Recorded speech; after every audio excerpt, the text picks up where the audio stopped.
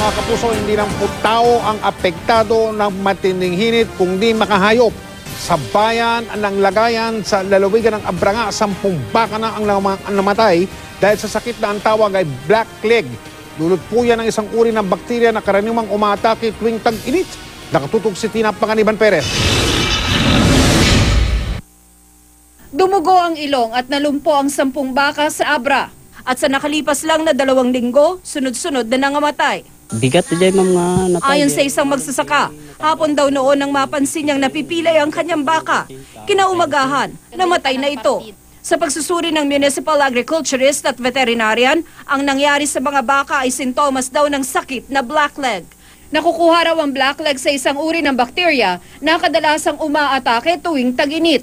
At oras na tabaan daw ang isang hayop, wala pang 24 oras ay mamamatay na ito. Nagdeklara na ang Municipal Agriculture Office ng blackleg outbreak dahil daw sa dami ng mga namatay na baka. Kinuna na ng blood sample ang mga bakang nangamatay para suriin. Ang mga nag-aalaga ng baka sa Langayan, problemado ngayon sa kanilang kabuhayan.